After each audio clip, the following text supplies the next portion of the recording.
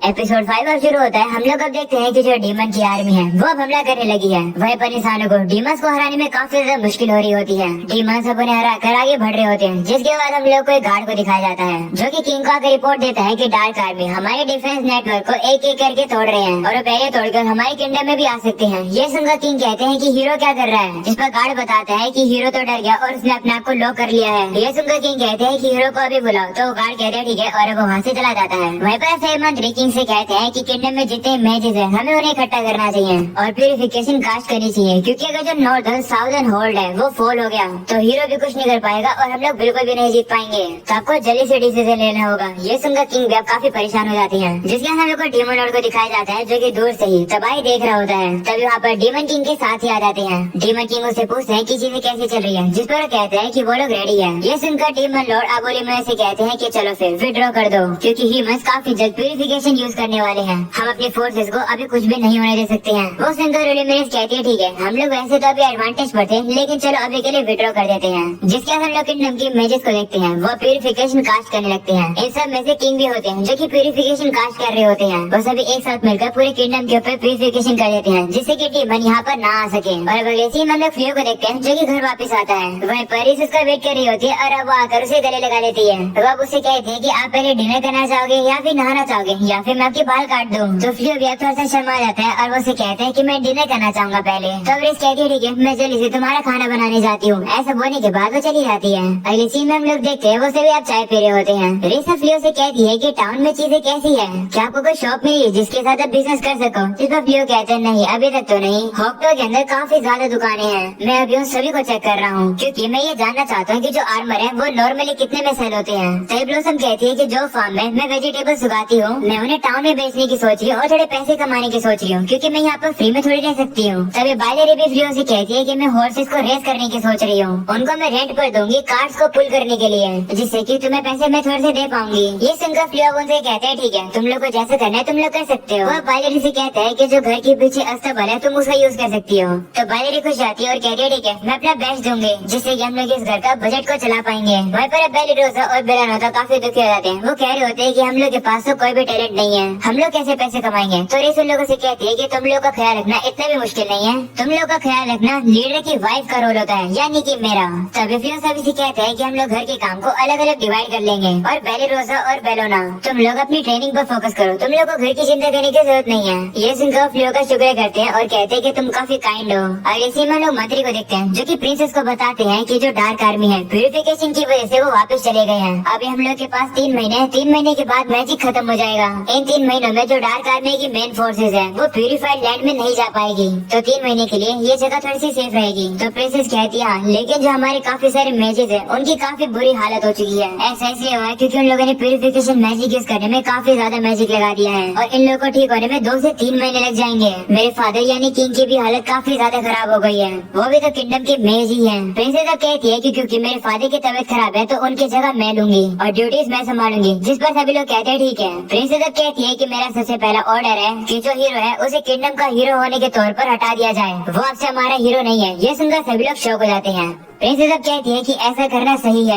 क्योंकि किंगडम खतरे में है और हीरो डरपोक की तरह छुपा हुआ है। ये सुनकर मंत्री कहते हैं तो फिर हम लोग डीमन आर्मी से कैसे लड़ेंगे, क्या हम लोग एक और हीरो कैंडिडेट को समन करें। तो प्रिंसेस कहती नहीं, हमारे पास इतने मेजेस नहीं है जिससे कि हम लोग हीरो कैंडिडेट को समन कर पाए। मुझे लगता है कि अब हम लोग कुछ कर सकते हैं, उन लेडी को बुलाओ और भविष्यवाणी करवाओ। अगले सीन में हम लोग को हीरो को दिखाया जाता है जिसे पता चलता है कि वो डिसमिस हो गया है। वो अब काफी हैरान होता है और पूछता है क्यों, जिस पर गार्ड बताता है कि ये ऑर्डर पहले प्रिंसेस ने दिया है, तुम्हें इस घर से निकाला जाता है, कहीं और जाकर रहो। ये सुनकर हीरो कहता है कि तुम इस तरीके से मुझे इंसल्ट नहीं कर सकते हो। ये सुनकर वो गार्ड हीरो के सामान को सीधा फेंक देता है और वहाँ से चला जाता है। ये देखने के बाद हीरो काफी ज्यादा गुस्से में आ जाता है और अब रात में हम लोग को फ्लियो को दिखाया जाता है जो कि रिस से कहते हैं कि क्या तुम जागी हुई हो, जिस पर वो कहती है हाँ। तो फ्लियो उसे कहते हैं कि जब से हम लोग यहाँ पर मूव हुए हैं तब से तुम काफी मेहनत कर रही हो, जिस पर रिस कहती है कि आप मेरे हस्बैंड हो तो आपके लिए मैं कुछ भी करूंगी। ये सुनकर फ्लियो खुश होता है और वो उसे कहने वाला होता है कि मुझे ये पहले कहने का मौका नहीं मिला, मुझे पता है कि इंसानों के साथ रहना तुम्हारे लिए काफी मुश्किल होगा, पर फिर भी तुम मैनेज कर रही हो, इसके लिए शुक्रिया। फ्लियो अब जैसे रिस की तरफ देखता है, वो देखता है कि रिस तो अब सो चुकी है। ये सुनकर फ्लियो अब उसे कुछ भी नहीं कहता है। वो अब अपने मन में सोच रहा था कि जब मैं इस दुनिया में आया था तब मैं अकेला था और मुझे लगा था कि मेरे पास कुछ भी नहीं है, पर मुझे काम मिला और एक रहने के लिए घर भी मिला और इतने सारे साथी मिले। मैं सब चीजों के लिए काफी शुक्रगुजार हूँ। और अब सुबह हो जाती है, जिसके हम लोग सभी को देखते हैं जो कि फ्लियो और रिस से कह रहे होते हैं कि तुम लोग को डेट पर जाना चाहिए क्योंकि आज काफी कमाल का दिन है। ये सुनकर फ्लियो तो काफी शर्मा रहा होता है। वहीं पर रिस कहती है कि डेट तो वही होती है ना जिसमें कपल हाथ में हाथ मिलाकर चलते हैं। तो वो कहते हैं हाँ, घर का काम हम पर छोड़ दो, तुम लोग जाकर एंजॉय करो। वो सुनकर फ्लियो कहते हैं कि ये इतना आसान थोड़ी है। जिस पर बेलोनाव से कहती है कि तुम ऐसे क्यों कह रहे हो और तुम शर्मा क्यों रहे हो, तुम लोग तो कपल्स हो, है ना। तो फ्लियो को भी अब उसे कहना पड़ता है हाँ, जबकि वो और रिस बस एक्टिंग करे कपल्स होने की। तो रिस काफी खुश होकर उन सभी लोगों का शुक्र करती है ये आइडिया देने के लिए और वो फ्लियो का हाथ पकड़ लेती है और वो उसे कहती है चलो अभी क्या अभी डेट पर चलते हैं। और ऐसे में लोग देखते हैं कि वो लोग अब डेट पर आ जाते हैं और वो लोग अब काफी ज्यादा एंजॉय कर रहे होते हैं। जिसके बाद वो लोग रेस्टोरेंट से खाना खाकर बाहर निकलते हैं। जिसके बाद सब फ्लियो से कहते हैं कि हम लोग अब कहाँ चले, बेली रोजा और बाकी सभी लोग घर को संभाल लेंगे, तो हम लोग के पास काफी ज्यादा समय अकेले टाइम स्पेंड करने का और एंजॉय करने का, चलो एंजॉय करते हैं। जिसके बाद हम लोग देखते हैं कि वो लोग अब मार्केट में आ जाते हैं। रिस अब वहाँ की चीजों को देखकर काफी खुश हो रही होती है। तभी फ्लियो से कहते हैं कि क्या तुम्हें कुछ चाहिए, तुम हमेशा मेरी मदद करती हो तो थैंक्स के तौर पर मैं तुम्हें गिफ्ट देना चाहता हूँ। ये सुनकर रिस काफी खुश होती है और कहती है ठीक है मैं कुछ खरीद लूंगी, मैं काफी खुश हूँ, मुझे आज से पहले कभी गिफ्ट नहीं मिला। जिसके बाद अब रिस अब मार्केट में आ जाती है और अब अपने लिए कुछ ढूंढने लगती है। जिसके बाद अब वो लोग एक ज्वेलरी शॉप पर आते हैं और अब उन लोग की नजर एक ब्रोच पर जाती है। शॉप पर कहती है कि ये जो ब्रोच है ये जेन्युइन स्टोन से बने और ये रिस के ऊपर काफी ज्यादा परफेक्ट लगेंगे। ये सुनने के बाद फ्लियो एक ब्रोच को खरीद लेता है और वो उसे रिस के ऊपर लगाकर कहते हैं कि तुम काफी खूबसूरत लग रही हो। तभी वो शर्मा जाते हैं और कहते हैं कि मेरे कहने का मतलब था कि ये ब्रोच तुम पर काफी खूबसूरत लग रहा है। ये सुनकर रिस काफी खुश हो जाती है और कहती है ठीक है फिर मुझे यही चाहिए। और अब रात का सीन दिखाया जाता है जहाँ पर ये सब काफी ज्यादा खुश है और अब वो उसी ब्रोच को देख रही है। ये देखकर सभी लोग अब सोच रहे होते हैं कि इसे क्या हुआ। फ्लियो से गिफ्ट मिलने के बाद रिस तो काफी खुश हो गई है और लगता है कि उन लोगों ने काफी एंजॉय किया डेट पर। ऐसा बोलने के बाद अब वो सभी लोग जेलस फील कर रहे होते हैं। और अब रात का सीन दिखाया जाता है जहाँ पर फ्लियो सो रहा होता है और जैसे वो उठता है वो देखता है कि रिस तो उसे गले लगाकर सो रही है। ये देखने के बाद वो काफी शर्मा जाता है। जिसके बाद उठकर उसे थोड़ा सा साइड में कर देता है और कहते हैं कि आज तुम थोड़ा थक गई होगी, आराम से सो जाओ। ऐसा बोलने के बाद फ्लियो उसके साइड में सो जाता है अपने मुंह को उस साइड करके, पर तभी रिस अब उसे पीछे से भी गले लगा लेती है। ये देखकर फ्लियो वापस से शर्मा जाता है और वो कहता है कि मुझे लगता है कि आज रात में सो पाऊंगा। जिसके बाद हम लोग को कैसल का बेसमेंट दिखाया जाता है जहाँ पर कुछ गार्ड्स होते हैं, उन्हें मार दिया गया है और ऐसा करने वाला हीरो होता है जो कि कह रहा होता है कि फर्स्ट प्रिंसेस अपने आप को समझती क्या है, किंग की एब्सेंस में वो कुछ भी कर सकती है क्या। हीरो यहाँ पर बेसमेंट में कुछ ढूंढ रहा होता है और इसके साथ ही अब भी उसे हीरो बुला रही होती है। तो वो उसे कहता है कि तुम मुझे अभी भी हीरो बुला रही हो, जिस पर कहती है कि तुम इतनी जल्दी हार थोड़ी मानोगे, एक दिन तुम वापस से हीरो बन करोगे, है ना, ऐसे मैं तुम्हें अब भी सर्व करती रहूंगी। ये सुनकर हीरो कहते हैं हाँ, इस दुनिया में मैं कॉमनर की तरह नहीं रहूंगा, इस ट्रेजरी रूम के अंदर कुछ न कुछ तो कमाल का होगा ही जिससे कि मैं डीमन लॉर्ड को हरा सकूं और एक चैंपियन बन जाऊं, क्योंकि मैं चोजन हीरो हूँ। आखिर वो लड़का फ्लियो ऐसा मैजिक कैसे यूज कर सकता है जो कि मैं यूज नहीं कर सकता हूँ, काश मेरे पास और ताकत होती। हीरो ये बात मन में सोच रहा होता है तभी अचानक से उसे एक आवाज सुनाई देती है जो कि उसे कहती है कि क्या तुम्हें ताकत चाहिए। ये सुनकर हीरो घबरा जाता है और कहते हैं कि वहाँ कौन है, पर अब उसे वापस एक आवाज आती है जो कि उसे कहती है कि अगर तुम्हें ताकत चाहिए तो मुझे फ्री कर दो। हीरो कंफ्यूज हो जाता है और सोच रहा होता है कि आवाज आ कहाँ से रही है। तो अब आवाज उसे कहती है यहाँ पर। ऐसा बोलने के बाद वहाँ से एक जगह खुल जाती है जहाँ पर एक तलवार गड़ी हुई थी। वो आवाज अब हीरो से कहती है कि इस तलवार को उठा दो और तुम्हारी कोई भी विश होगी तो मैं उसे पूरी कर दूंगी। तो हीरो कहता है क्या सच्ची में। ये सुनने के बाद हीरो के साथी हीरो से कहते हैं कि आखिर आप किससे बात कर रहे हो। तो हीरो से कहते हैं कि जो आवाज मैं सुन पा रहा हूँ तुम नहीं सुन पा रही हो क्या। जिस पर वो आवाज कहती है नहीं। तभी वो आवाज हीरो से कहती है कि इस तलवार को जल्दी उठाओ, कहीं तुम्हें डर तो नहीं लग रहा है। तो हीरो कहता है नहीं बिल्कुल भी नहीं। ऐसा बोलने के बाद अब उस तलवार को बाहर खींच देता है और वो कहता है कि मुझे फर्क नहीं पड़ता कि ये क्या है, लेकिन मैं इसे यूज करूंगा। जैसे वो तलवार को बाहर निकालता है वो तलवार जहाँ पर गड़ी हुई थी उस जगह पर एक बवंडर आ जाता है जिसके से हीरो उसके साथी पीछे जाके गिरती है और अब उन लोग के सामने एक लड़की आती है जो कि कहती है कि मेरा नाम हिया है और मैं लाइट और डार्कनेस की ओरिजिन को कमांड कर सकती हूँ, क्या तुमने मुझे फ्री किया है। ये सुनकर हीरो सोच रहा होता है कि क्या इसी लड़की की आवाज मेरे दिमाग में आ रही थी। तो अब वो हिया से कहता है हाँ मैं हीरो हूँ जिसने तुम्हें फ्री किया है।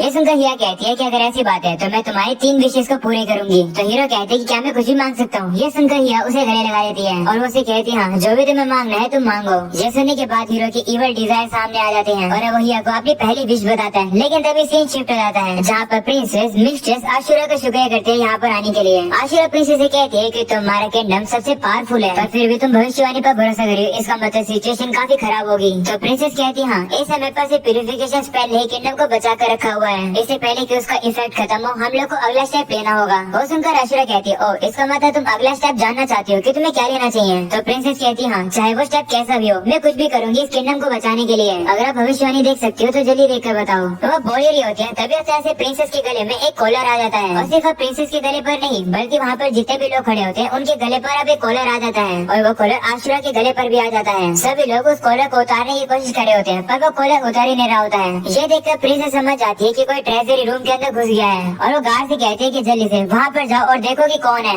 और उसे पकड़ो। ये सुनकर वो गार्ड भी वहाँ से चले जाते हैं उस बंदे को पकड़ने के लिए। वहीं पर प्रिंसेस भी अक्सर से घबरा जाती है। वहीं पर बाकी सभी लोग उस कॉलर को उतारने की कोशिश कर रहे होते हैं पर वो उतर ही नहीं रहा होता है। वो कहने लगते हैं कि आखिर ये क्या चीज है। तभी आशुरा उन लोगों को बताती है कि ये कॉलर और सेक्रीफाइस है। ये पक्का उस जिन का काम होगा जो कि विशेष को पूरा करती है। वो जिन अपने विक्टिम्स के गले पर ये कॉलर लगाती है और बदले में उनके सर को रिमूव कर देती है। ये सुनकर सभी लोग डर जाते हैं और कहते हैं कि आखिर ऐसे कोई क्यों करेगा। जिस पर प्रिंसेस कहती है कि काफी समय पहले इस किंगडम के किंग ने जिन से कहा था डीमन लॉर्ड को हराने के लिए और बदले में जो जिन थी उसे कॉन्टिनेंट के आधे लोगों को मार दिया, यानी कि लोग सेक्रीफाइस हो गए। ये देखकर किंगडम के सभी मेजेस एक साथ इकट्ठा हुए और उन्होंने अपनी पावर का यूज करके जिन को सील कर दिया। सील को ब्रेक करना इतना इजी नहीं होता है लेकिन लगता है किसी ने सील को ब्रेक कर दिया और उस बंदे ने जिन से विशेष मांगी है। ये सुनकर सभी डर जाते हैं और कहते हैं इसका मतलब हम सभी लोग मर जाएंगे। तो प्रिंसेस कहती है कि ऐसा तभी होगा जब जिन विश को पूरा कर देगी। तो आशुरा से कहती है कि जल्दी से भविष्यवाणी करो कि मुझे क्या करना चाहिए जिससे कि हम सभी इस खतरे से बाहर आ सके। ये सुनकर अब आशुरा अपने मैजिक को यूज करती है और अब भविष्यवाणी करती है कि हीरो को ढूंढो। उस हीरो को ऑलरेडी समन किया जा चुका है। ये सुनकर सभी लोग कहते हैं कि लगता है वो हीरो वही एडवेंचरर है जिसे किंग हीरो के साथ ज्वाइन कराना चाहते थे। उसका नाम फ्लियो है पर वो कहाँ पे मिलेगा।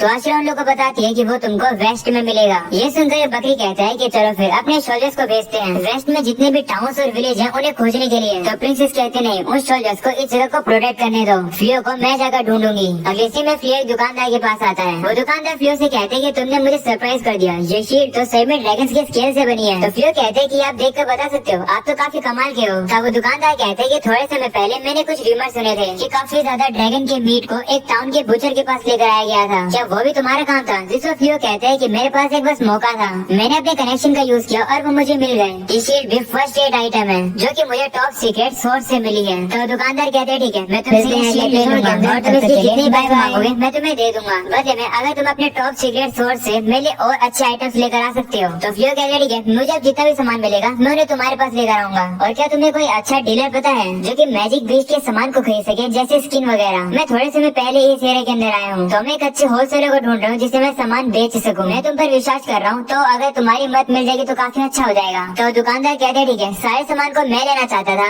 पर अगर तुम्हें एक होलसेलर चाहिए तो मैं तुम्हें एक होलसेलर से मिलवा दूंगा। ये सुनकर फ्लियो खुश होता है। वहीं पर इन सब चीजों को बेली रोजा देख रही होती है बाहर से और वो कहती है कि फ्लियो तो काफी टैलेंटेड है, उन्होंने इतनी कमाल की शील्ड बना ली और उन्होंने एक डीलर को भी ढूंढ लिया। चोरिस से कहती है कि फ्लियो ने मुझे बताया था कि वो पहले एक मर्चेंट रह चुके हैं तो उन्हें ऐसी छोटी मोटी डील करनी आती है। ये सुनकर बेली रोजा कहती है कि काश मेरे पास भी फ्लियो जैसे हस्बैंड होते। वो सुनने के बाद इस काफी गुस्सा हो जाती है और उसे कहती है कि फ्लियो पर नजर मत डालना। तब बेली रोजा उसे कहती है कि तुम मुझे गलत समझ रही हो, मैं तो बस ये कहती कि मुझे फ्लियो जैसे कमाल की पर्सन चाहिए हस्बैंड के तौर पर। रिस कहती है कि तुम्हारे पास तो ऑलरेडी एक कमाल की पर्सन है और वो है डीमन लॉर्ड, मुझे लगता है कि वो तुम्हें पसंद करते हैं। ये सुनकर बेली रोजा भी काफी डर जाती है और सोच रही होती है कि क्या मुझे डीमन लॉर्ड पसंद करते हैं। जिसका फ्लियो बाहर आता है तो रिस उसे कहती है कि आप उस शील्ड को बेच पाए। जिस पर फ्लियो कहते हैं हाँ, जितना मैं सोच रहा मैं उससे भी ज्यादा प्राइस पर उसे बेच पाया। वह बेली रोजा के पास आकर उसका शुक्रिया करता है इस दुकान के बारे में बताने के लिए। जिस पर वो कहती है कि जब मैं नाइट्स के साथ थी तो मैं इस दुकान पर आया करती थी, अच्छा लगा कि मैं तुम्हारे काम आ पाई। तो फ्लियो उसका हाथ पकड़कर उसे उठा लेता है जिसके बाद वो सभी से कहता है चलो आप घर चले।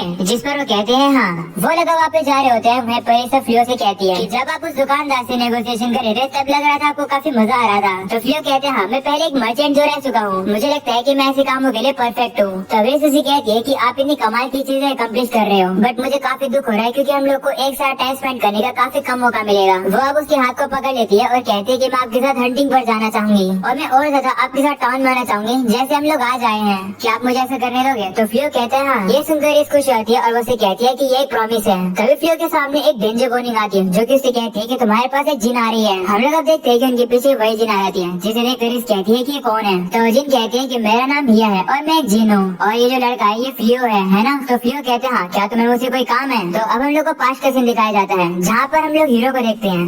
उसने हिया से पहली विश ये मांगी थी कि वो जाकर फ्लियो को मार दे क्योंकि फ्लियो ने हीरो की बेइज्जती कर दी थी। हिया कहती है कि मैं हीरो की विश को अब पूरा कर दूंगी। ऐसा बोलने के बाद वो फ्लियो को मारने आने वाली होती है। ये देखकर ही सामने आ जाती है फ्लियो को बचाने के लिए, पर फ्लियो वहीं पर ही खड़ा रहता है क्योंकि उसके जो ऑटो डिफेंस मैजिक होता है वो अपने आप ही एक्टिवेट हो जाता है जो कि उसको हिया के अटैक से ऑटोमेटिकली बचा लेगा। पर ये बात रिस को नहीं पता होती है और अब यह जैसे हमला करती है रिस सामने आ जाती है और अब वो हमला रिस को लग जाता है। रिस के हाथ से अब वो ब्रोच भी गिर जाता है और नीचे गिरते हुए ब्रोच टूट जाता है। वहीं पर रिस की काफी ज्यादा बुरी हालत हो जाती है। ये देखकर फ्लियो भी काफी घबरा जाता है। तभी वहाँ पर बेलीरोजा भी आ जाती है। वहीं पर अब यह कह रही होती है कि लगता है मेरा अटैक मिस हो गया। वो सुनकर बेलीरोजा से कहती है कि तुम्हारी ये हिम्मत कैसे हुई रिस के साथ ये करने की। तभी हिया अपनी और पावर को यूज करती है और अब वहाँ पर और ज्यादा धमाके करने लगती है। वो लोग के ऊपर काफी ज्यादा धमाके कर रही होती है, पर फ्लियो का ऑटोमेटिक बैरियर उन लोगों को बचा रहा होता है। वहीं पर फ्लियो रिस को उठाने की कोशिश कर रहा होता है पर रिस उठ नहीं रही होती है। वहीं पर फ्लियो का बैरियर हिया के अटैक से उसे बचा रहा होता है। ये देखकर हिया कहती है कि फ्लियो मेरे सारे कॉमन ऑफेंसिव स्पेल को रोक सकता है। ऐसी बात है तो मैं ताकतवर हमला करती हूँ। वहीं पर फ्लियो को घबराता हुआ देख बेलीरोजा फ्लियो से कहती है कि अपने मैजिक का यूज करो और रिस को हील करो। तो फ्लियो भी वैसे करता है। वो रिस को हील करने की कोशिश करता है पर उसकी स्पेल काम ही नहीं कर रही होती है। ये देखकर फ्लियो कहता है कि मेरी स्पेल कैंसिल की होगी। तो फ्लियो का स्टेटस उसे बताता है कि रिस की चोट काफी गहरी है, तुम्हारी स्पेल उसे हील नहीं कर सकती है। तो फ्लियो कहता है कि क्या कोई और स्पेल है जिससे रिस को ठीक किया जा सकता है। तो उसका स्टेटस उसे कहते नहीं, कोई भी स्पेल रिस को हील नहीं कर सकती है। ये देखकर फ्लियो काफी घबरा जाता है क्योंकि रिस की हालत बहुत ज्यादा बुरी होने लगी है। तभी यह अपना पावरफुल मैजिक जो कि लाइट मैजिक होता है उससे फ्लियो के ऊपर हमला कर देती है, जिसकी वजह से वहाँ पर एक धमाका हो जाता है और काफी ज्यादा धुआं भी। धुआं जैसे हटता है यह देखती है कि फ्लियो की पावर से तो उस सभी लोग को बचा लिया है। ये देखकर यह हैरान होती है और कहती है कि फ्लियो को तो अभी कोई भी चोट नहीं लगी। तभी हम लोग फ्लियो को देखते हैं जिसे अब जिनकी वही ताकत मिल जाती है जो कि होती है ओरिजिन ऑफ लाइट और डार्कनेस मैजिक। ये ताकत अब फ्लियो को मिल जाती है। फ्लियो अब रिस को जमीन पर रखता है और वो खड़ा होकर हिया से कहते हैं कि तुमने ये जो किया है तुम्हें इसका भुगतान करना होगा। मैं कसम खाता हूँ कि मैं तुम्हें छोड़ूंगा नहीं। ये बात फ्लियो काफी गुस्से से कहता है और अब यही हो जाता है ये एपिसोड खत्म। अगले सीन में हम लोग देखते हैं कि फ्लियो काफी गुस्से में और अब वो हिया को मार मार के उसकी चटनी बना रहा है। दूसरी तरफ हम लोग देखने वाले हैं कि हीरो को तो अपने साथी की तरफ से धोखा मिल जाता है। अगला एपिसोड काफी इंटरेस्टिंग होने वाला है जो कि अगले हफ्ते आएगा। वो देखने के लिए जल्दी से चैनल को सब्सक्राइब करके और नोटिफिकेशन ऑन कर दो और इस वीडियो को लाइक भी कर दो और मेरे सेकंड चैनल और बाय बाय।